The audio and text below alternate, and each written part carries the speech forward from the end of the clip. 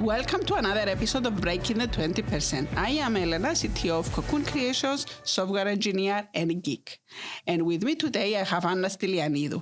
Welcome, Anna. Thank you for having me. Hi, Elena. So this episode is about technology and about creativity. So would you like to introduce yourself and what's your relationship with these two? So I am Anna, born and raised in Cyprus, and I am an animator by profession and education. So it's a good mix between technology and creativity. And I've also been a bit of a graphic designer, illustrator, anything in between and relevant to that. And over the years, I've worked for video games, web, books, video like TV, short films, anything related. Have you done a lot of things that are related to kids as well? Yes. And I have three daughters, so yeah, a good inspiration and challenge. So today I want to tell you a story about an alternate reality. In that story, instead of the men, the women and creative women build the web. They build the social media and everything that matters. And it almost happened, but then it didn't happen. So this is the story for today. Okay. The story started in 1988 in the West Village of New York. Stacy Horn is a Bachelor of Fine Arts graduate from Tufts University and the School of the Museum of Fine Arts. And she's looking for a job. But at that time, all the jobs, for women especially, are secretarial jobs. And she doesn't want to be a secretary. She cannot type, so she's looking around for a job. And she sees these ads that is looking for people that are as comfortable with machines as they are with other people. And it clicks for her. It sounds interesting. So the job is for the telecommunications sector, and she's not qualified at all, but she finds it interesting. She applies, and she gets the job. Okay, cool. So she doesn't stay long, and soon she gets a new job working for Mobil, the oil company. And they give her the job of designing data networks. Okay. So it's a long way from the fine arts degree. Without any, I guess she would get some training.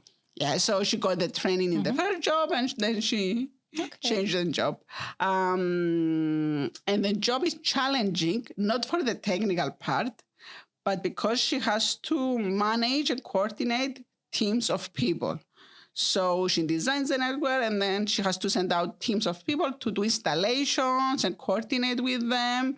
And so she's trying to find a way to help them, organize. And to solve this, she creates a communication tool that simplifies collaboration. And this tool has channels and one-to-one chat, and people can join the channel or the chat and talk and coordinate. Does it sound familiar at all? I think so. Like back in our teenage years, maybe. Yes. That's how internet started, with communication and channels and MIRC. But the point about the channels, it sounds to me very familiar in terms of things like Discord or Slack. Yes. Yeah, because more it's the same, recent years, yeah, it's the same thing. You have channels that have a subject, and then you can also chat one-to-one. So she creates this tool, and she calls it Monet. Mo for mobile, mobile the company, and net for network. And she called it Monet. Okay. To make it sound French. Back to her artistic roots. So the company is impressed. They approve the implementation, and they deploy it, and it fails. People are not using it. Okay. And Stacy doesn't know why, but years later, she will figure out that all the men that were supposed to use it, because the engineers, all of these people were mostly men, they got together and then decided not to use it because they thought that this will make visible all their mistakes. Okay. So they got So there'll be like a record of whatever they did wrong. Okay. So they got together and they, decided we're not going to use this. Okay. So yes, that's her fair attempt to create this social tool, and it fails. Meanwhile, 3 years earlier, she's in New York, across the USA, in Silicon Valley, Stuart Brand and Larry Blinian founded The Well. Have you ever heard of The Well? No. No. So WELL stands for Whole Earth Electronic Link, and it was one of the first dial-up bulletin board systems, BBS. Okay. So back in the day, that was even before our time, there was this thing called BBS, and it was mostly a computer in somebody's home, and he will hook it up to a telephone, and people would dial up that computer, and they will connect, and they will chat. Okay. So that's a bulletin system. And the Well was the most famous one, the biggest one. And basically, it allowed members to engage in conversation, and it had various topics. And it was one of the first platforms where they had to use their real names. Okay. So there was accountability in the platform because, you were not somebody anonymous. People knew who you were. But this was communicating by talking, not written typing. form. It's typing, yes. Okay. It's all... imagine back then the computers didn't even have graphical user interface. So it's just the DOS or the Linux, or not even Linux, Unix at the time. Okay. There was so it's just the black screen and the green text, and you're typing. You don't even have a mouse. It's this kind of interface. So the Well was a unique gathering, a place for early tech adopters, writers, activists, and thinkers. And it also developed a strong connection with the Deadheads, the devoted fans of Grateful Dead. Huh. They were very fanatical users, and they connected on the Well, and they used it to, exchange bootleg tapes of the songs. Okay. It was very innovative, but it had a major disadvantage. If you the average user was a 30-year-old white man. There were not many women. So Stacy had dialed up the Well. The first time around, she was working for Mobile, and she wasn't a deadhead. And the mix of journalists, hippies, and computer programmers was interested, but not interesting enough for her to keep paying the cost of the long-distance phone call. Okay. So... yeah, it's interesting. It's not interesting enough to, pay this money. But she liked this idea of the online community. So she thinks, okay, Monet didn't work out, but I like the idea, and I still think it's a good idea. So she decided, I will write a business plan, and I will go to the bank, and I will get a loan, and I will create a business out of it. And can you guess what happened? They refused? Of course, the bankers refused. And she wasn't married to go with her husband or anything to get a... this is late 80s, so she didn't even need a husband. But the bankers were not, no, what are you talking about? Computers? No. So soon after this, Mobile announced that they were going to move their headquarters to Virginia, and Stacy could take a buyout. So she takes a buyout, it's $20,000, and she used the money to start ECHO. ECHO stands for East Coast Hangout. So she creates a BBS for the East Coast, for New Yorkers. And she called this new venture an intellectual salon. Okay. And in order to promote it, she went out every night to New York City, to parties, art openings, concert bars, and she will find people and she will pitch them, I have this thing, come and join it, and, that's basically, she could go out and just say to people, come and join my community. So this was open for anyone to use? Yeah. She was charging a fee to join because obviously she had cause. There was a lot of cause, for imagine she had at some point 35 phone lines so that she could run this thing. Yeah. So there was a fee, but anybody could join. So... by 1994, she had 2 employees, 35 phone lines, and the user base can jump from a few hundred to thousands. Now, thousands doesn't sound a big number, but this is 1994. Yeah. I mean, it's still progress, so okay. And there were famous Echo users like JFK Jr. and Malcolm Gladwell. Okay. And Stacy had a catchphrase for Echo using prinouts. Echo has the highest percentage of women in cyberspace, and none of them will give you the time of the day. Which makes it more of a challenge, I guess, yeah? Yeah, she had an attitude. Yeah, cool. Stacy used to give 1 year free access to Echo to women, and 40% of Echo users were women. And if you know about the time, about how it was back then, women were not online. So this was a big deal back then. Yes, okay, excellent. And in Stacy's words, in those days, journalists wrote that I started Echo to provide a safe place for women on the net. Bite me. I wanted to get more women on Echo to make it better. It's well said. Echo was divided into conferences. Every conference had one subject, and 2 members were the hosts of that particular conference. So imagine Reddit, you know Reddit, that has moderator, it was the same idea. And the job of these hosts were to monitor and moderate the conversation, and Echo's biggest conferences were culture, there was one called media, and one called death. Okay, so the dark web begins. Yes. So those were very big, and they were open to anyone. So anybody on Echo could join these conferences. But Stacy built the possibility for private conferencing into Echo as well, and Echoids loved it. There was a private Alcoholics Anonymous group for recovering addicts, one for users under 30, a sex conference whose users where the users were over 21 years old, and a conference called Lambda for LGBT users. So these could all be anonymous. They didn't have to use their real name.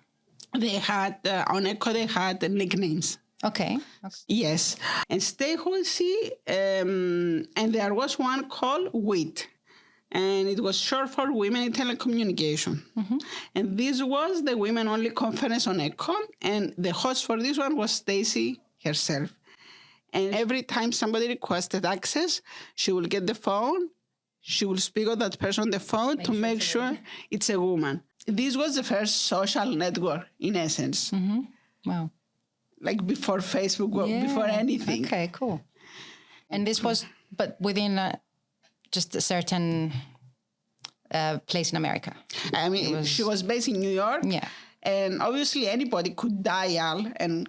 But it would cost them... Yes, but it was, if you are on the other side of America, it was a long distance call, so it would cost you a lot more money. So mainly it was New Yorkers. And that's Echo. Okay. But Stacy Horn was not the only one trying to make it in New York in the mid to late 1980s. Miss Outerborough was one of the most popular hosts on Echo. And if Echo was a high school, Miss Outerborough was the prom queen. So her real name was Marisa Bowe, and she was from the Midwest. Marisa's father was a PR executive at the Control Data Corporation, an old-school mainframe computer company. And when Marisa was a teenager in the 1970s, her dad brought home a wood panel box with a square plasma gas screen. It wasn't a computer. Yeah. There was no such shit as a computer at the time. This was a terminal, and basically you could use this to dial up and connect to a network of supercomputers or whatever supercomputer was at that time. Like a massive. Yeah. So around that time, CDC was investing in computer-assisted education. And they created this thing called Play-Doh. And this could run on mainframes. And it had programming and all this kind of stuff, but this was not something that Marisa was interested in. But it had one very interesting feature, chatting. You could chat with other people that were on the same network. Now, it was the 70s. It was a private thing. There were not many people on this thing. So Marisa ended up flirting with the son of her father's boss, which I don't know if it was a good thing. Okay. So Marisa got hooked into chatting with other people online. Okay. So she grew up. She went to the university, she got a job, and eventually in 1985, she moved to New York, leaving behind a good job for a chance in the big city. I guess the 80s were the time to go and live in New York. Yes. By the time she had moved to New York, she had already been on the well, but it wasn't her cup of tea. She wasn't, a deadhead. It didn't really appeal to her. But a few years later, she discovers Echo. And Echo appeals to her because it's a place with women, a place where creative people hang out. And, it's a place that she feels that it can be her home. Marisa lived in Williamsburg, Brooklyn, so she gave herself the username Miss Outerborough, as in borough. Okay. As Miss Outerborough, she posted constantly to the point where her real-life friends started to worry. So she got hooked. Yes. And she lived more online than in real life. Okay. She was already hooked, but she got even more hooked. Yeah. And I guess it is something that happened these days, but back then it wasn't really a thing, I think. Okay. And because she was so good at it, Stacy found her and asked her to host the culture conference, which was a big one on Echo. But although she was a big deal on Echo, her real life wasn't always glamorous. She was either on Echo or working temp word processing jobs. So that's Marisa. Meanwhile, across America, in San Francisco, Jaime Levy was in film school. I think Jaime is more like you. Okay. We'll see. She grew up listening to punk rock music, and she looked the part. She had this bleach blonde hairs. Okay. She was always holding a skateboard. She had an attitude. Very cool. She was edgy. In her first year of film school in San Francisco, a boyfriend showed her how to make animations. Aha. You like her. On Amiga, and she started adding computer graphics to her experimental films. Ooh, okay. We like her. So I must look her up. Soon after, she decided to move to New York and enrolled to NYU's Interactive Telecommunication program. And she spent her years at the university experimenting with interactive media. And for her master thesis, she produced the first ever electronic magazine. She called it CyberRack, and it was on a floppy disk. Oh, wow, yeah. I remember those. So CyberRack was programmed in Apple HyperCard. Have you ever? No. You didn't even know what it is? No. I think it was some sort of early form of hyperlink documents before HTML or anything like that. Wow. So, yeah. And it contained animations. It contained edgy interactive games and hackers how-to. So she started producing this electronic magazine on floppy disk. So she would sell it as a floppy disk. Wow. So the first one was her thesis for her master, but then after she moved back to Los Angeles and renamed the magazine to Electronic Hollywood. She would produce only 5 issues, but she sold more than 6,000 copies for $6 each. That's a lot. And she started distributing it to indie bookstores and record stores. And then she got enough media attention because people started writing, articles about her to manage to be able to sell the magazine via mail order sales. So people will write a check for her, mail it to her, and then she will mail a floppy disk. Nice. So how often was she making new versions? Or this was just a one-off? It was 5 issues, and it was around the time of 1 year, so maybe every couple of months. Okay, cool. She had a full-time job, by the way, so this was her side hustle, let's say. But eventually she started, getting famous enough that a real rock star wanted to work with her. So in 1993, Billy Idol, for $5,000, she asked her to create, a floppy disk to go with his cyberpunk album. Nice. Okay. So she designed, animated, and programmed the first commercially released interactive press kit. Wow, cool. to go with this, album for Billy Idol. And I imagine it was her sort of scene, her sort of music as well. So she must have been a good match. Yeah. So by the time she moved back to New York in 1994 and joined Echo, she was a true celebrity. Mm-hmm. And because she was a Nirvana fan, she posted on Echo as Kurt's brain. Yeah. Wait, so this was in 1994. It's after. That's when Kurt died, right? Yeah, it's after he died. So she came back as his brain. Okay, excellent. So I want to back up a little bit to talk about what the internet was in the late 80s.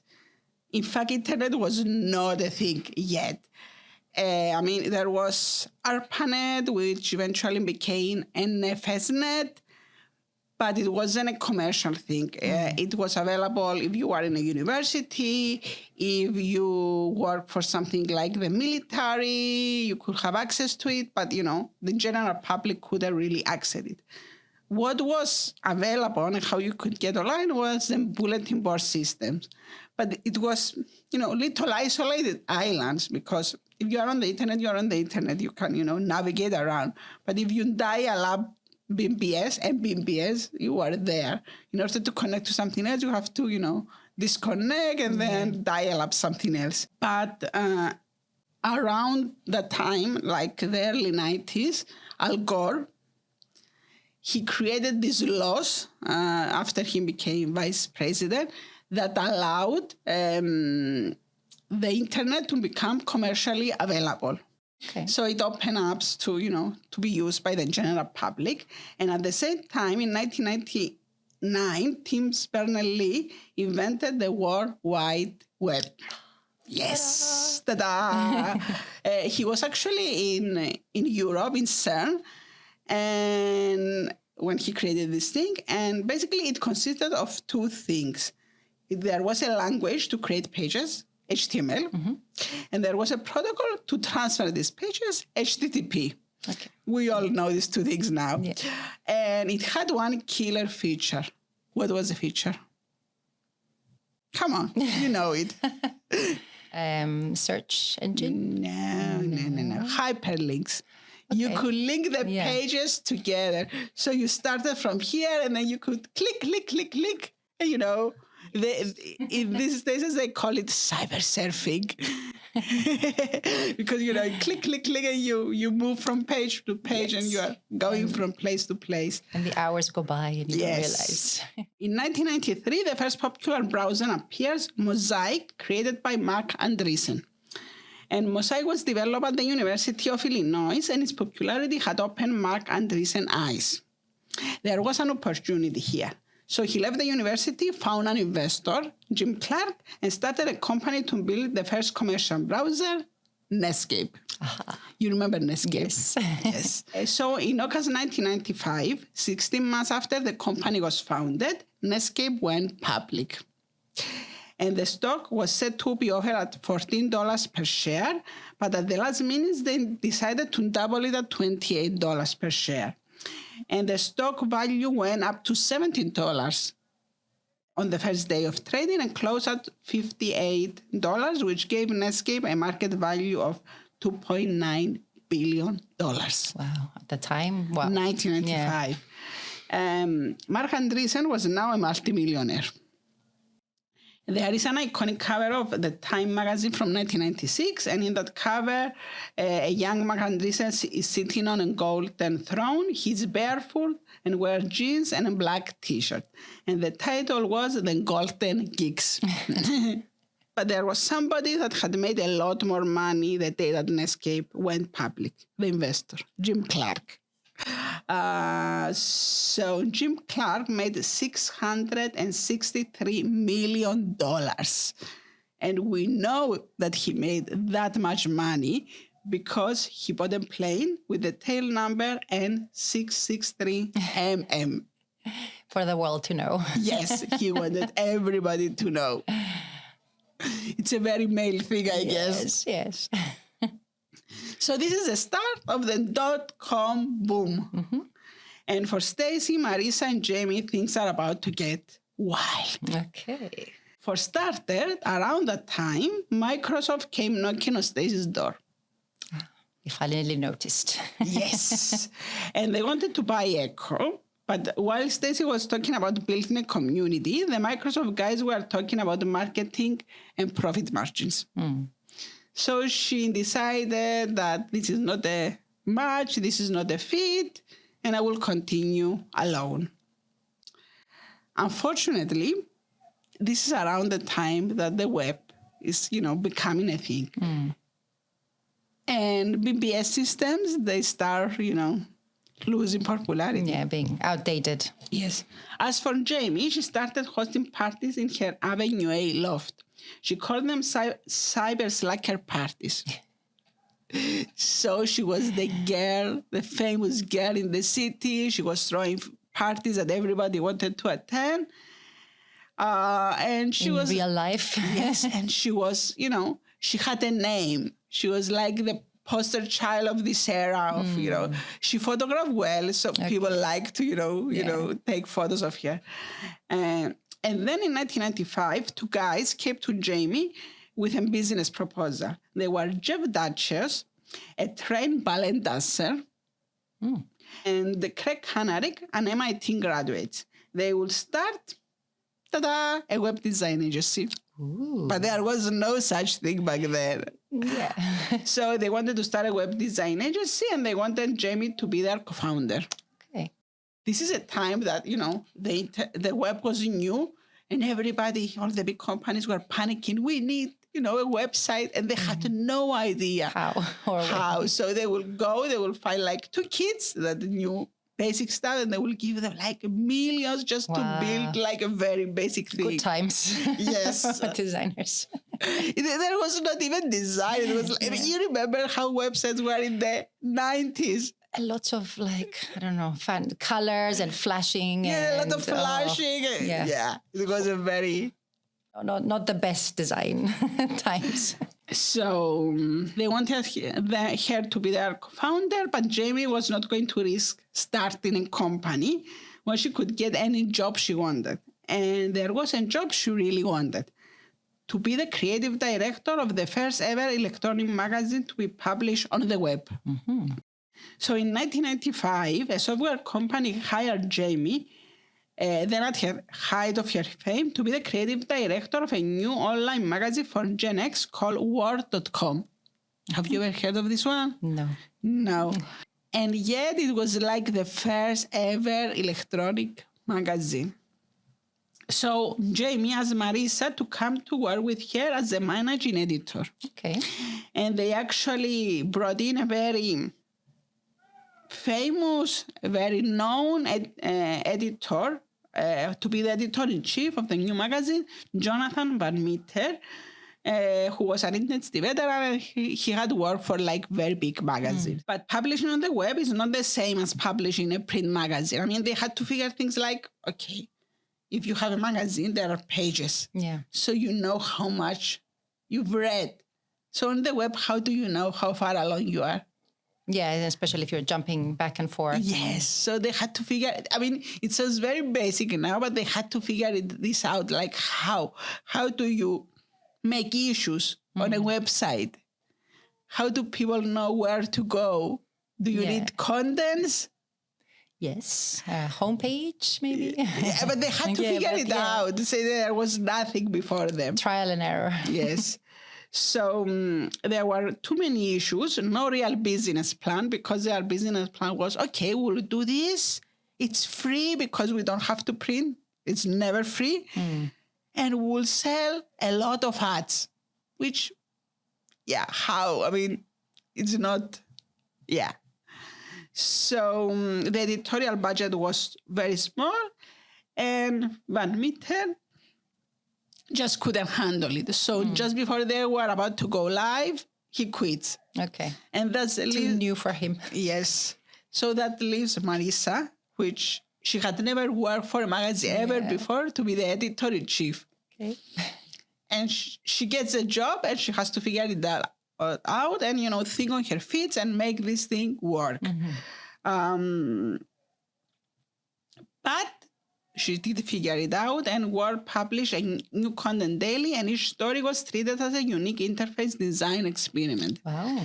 They were a pioneer in the use of online advertising, and they were the first website to integrate microsites into brand advertising online. Wow.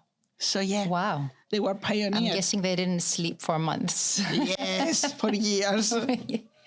Wow. So, by 1996, the dot-com boom was transforming the New York tech scene. Razorfish, the web design agency that Jaime turned down to go work for Word.com, was growing rapidly. The company generated $300,000 in revenue in 1995 and over $1.2 million in 1996. Nice. 2 years. Nice, very nice. Yes. And the parties got bigger and crazier. So people like Josh Harris, who was the founder of Sudan.com. So Sudan.com was this website, I need to tell you this, where he had this idea to create a website for producing audio and video for the internet. Uh-huh. But this is early 90s. I mean, how? You cannot stream. Mm-hmm. You cannot even download a tiny little picture. Yeah. So what he did, he partnered up with a radio station. He would broadcast, a show, and then they would record this on tapes, move them somewhere else, and then upload them to the internet. And if you wanted to listen to it, you had to download it, which would take forever just to listen to it. But it was very innovative for the time, I guess. Wow. And Josh was this kind of character that was basically before this, he had a company. He was a consultant, okay? He made enough money as a consultant. He was consulting company on high tech in the 1980s. And he was telling him that the future is things like CD-ROMs. But he was making money. So he had money. He started this company. But he was kind of crazy from the beginning. So he started this company, and he kind of got the idea for the parties from Jaime. And so he started throwing parties. And these parties were LAN parties. Do you know what a LAN party is? LAN. LAN. No. Local Area Network. So people would take their computers, they would take them all in a building, they connect them, and they would play Doom. Do you remember Doom? Yes. So we had this scene. And those were talking like really big computers with massive screens. Wow, okay. So we have this scene where you have these geeks playing Doom, and then you have hip-hop artists, you have models, and you have a lot of drugs. Wow. So it's a crazy scene. And the thing is that the dot-com money created this, everybody was just, when you get money, you get an investment, you are supposed to invest this money to build a company, to build a product. But they were getting these investments, this money, and they were throwing parties. Yeah, okay. So they couldn't invest back in the company to progress. It was a crazy, crazy scene. So as the dot-com money started flowing in the New York tech scene, it gained a new name, Silicon Alley. Because it's a play on Silicon Valley, but because New York has skyscrapers, LA. In 1996, Jaime decided to leave Word.com. For a while, she struggled to find a job. But then in 1998, she managed to get an investment for $500,000. So she had a friend. That friend had a company. He sold the company to Microsoft, and then he invested in Jaime. Okay. And Good Jaime friend. started her own company and named it after one of her early successes, Electronic Hollywood. And it was, as she said, a production studio for the internet, a multimedia agency that produced interactive web projects, video content, and animation for the highest bidder. Wow. But a lot of her effort went into creating a 16-episode Flash cartoon series called Cyberslacker. You remember Flash? I remember Flash. You used Flash? You created things with Flash? Yes, I think I used all of its forms when it was Macromedia Flash and then Adobe and then so it's like. So we are getting into the things that you know, I guess. So Cyberslacker is a semi-autobiographical animated series that follows the adventures of a peroxide blonde hacker named Jaime, known as Cyberslacker in her online world, who lives in New York's East Village. And each 3-minute episode highlights her quirky, often cynical take on the city's tech scene. For example, in one storyline, Cyber Slacker is on the hunt for a programming job. She first tries IBM, where a teaming techie on the other end gives her the creeps. Next, she reaches out to MTV, only to be greeted by a hyper-enthusiastic staffer who welcomes her to MTV's online sparking new media division. Finally, she calls Blowfish, which is a play on Razorfish, Yes.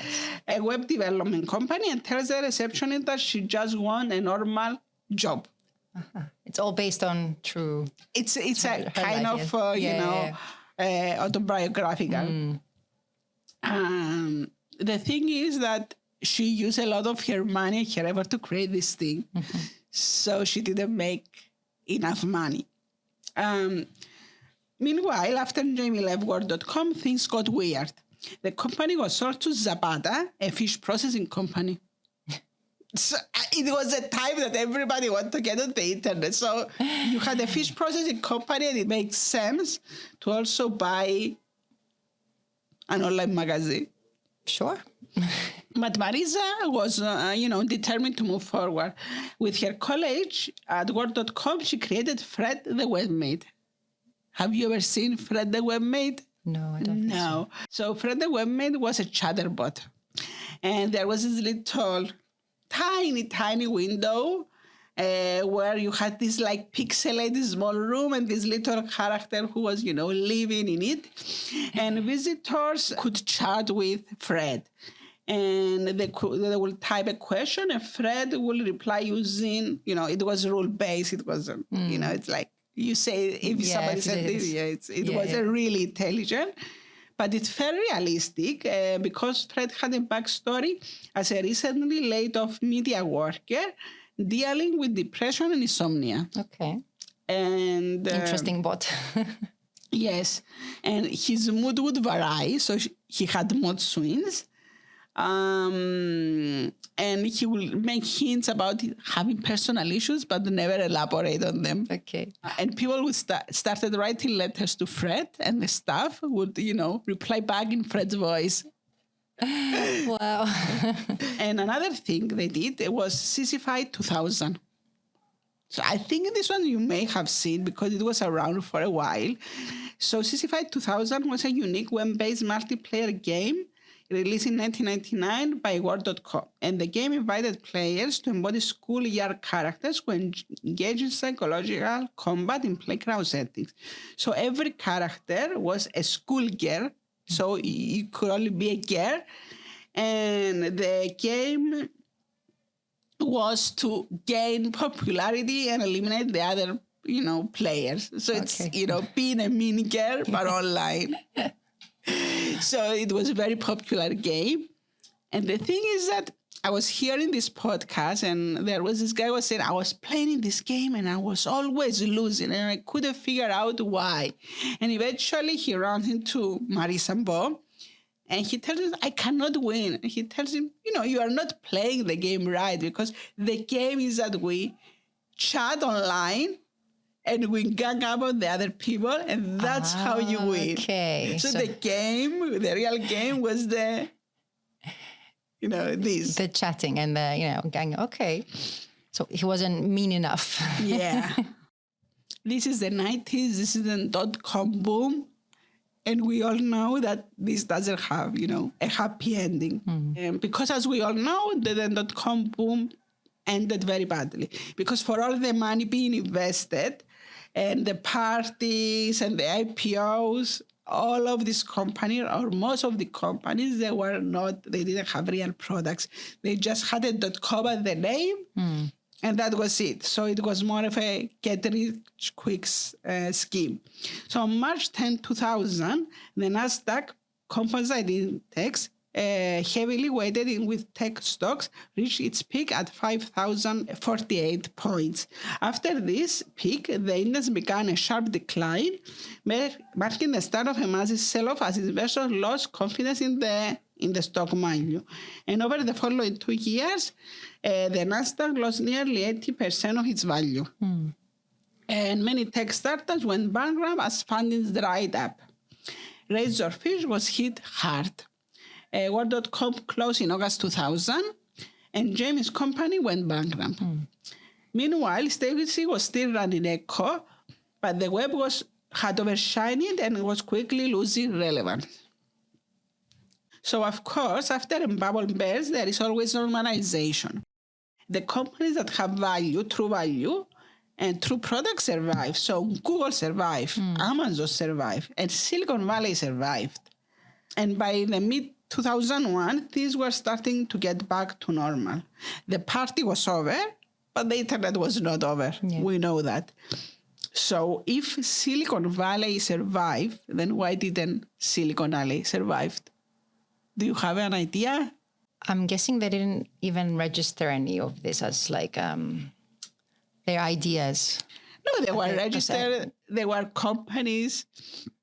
And then the concepts and anyone could use to make their own versions. Yes, of course. But the same applied for Silicon Valley, right? Mm-hmm. The answer is a sad one. It was a Tuesday morning in early September 2001. And Stacy was sitting at her desk when a plane filled her window. And it was flying too low. So Mohammed Atta flew American Airlines Flight 11 into the north tower of the World Trade Center complex at 8:46 a.m. Stacy ran to her keyboard at precisely 8:47 a.m. and typed, "A plane just crashed into the World Trade Center." So something much worse than a stock trade crash had just happened. Yeah. So yeah. Silicon Valley had the chance to regroup and, find a way to restart. And when this thing happened in New York, it was over. There was a moment in history that women were the rock stars of the internet, the one defining the culture, but as soon as the bankers and Wall Street took over, the moment quickly faded. So, yeah. They were rock stars, they were famous, but then the money started flowing in, and the boys took over, and it was over. Mm-hmm. It was a success story for a while, though, so that's... It was a success story. Do you know them? Have you ever heard about them? No. They were famous before Mark Zuckerberg, before Elon Musk, and we don't know about them. True. So just to tell you how it ends, Stacy Horn still runs Echo, even today. Okay. It is very small, maybe 100 people that stayed on from the 90s. But she still does it. Yeah. Less parties, though. No, there are no parties. She became a writer, so she publishes books. Okay. Marisa, after Word.com closed, she got a job as a copywriter and still lives in New York. And she says that I never want to be the boss again. Yeah. She wants to have a normal job. Yes. So Jaime Levy took everything too hard. She struggled financially, personally, and mentally. And she left New York for Los Angeles and reinvented herself as a UX designer. Ooh, she has a very famous book on UX design, actually, that apparently is very popular. Mm-hmm. So that's the story. Nice. Wow. So how do you feel about all of this? It's a lot of, very roller coaster ride of stuff happening. But it's nice to see. I don't know how many people get the opportunity to start and do stuff, learn by themselves, and then just go out there and do it and achieve. Yeah, I guess they had this chance to leave this era of, the parties, the everything that were exaggerated. But to take a chance with something new as well. Yeah. So... And they invented stuff. I mean, Jaime with the electronic publishing and with the animation and everything. Exactly. Word.com with Marisa.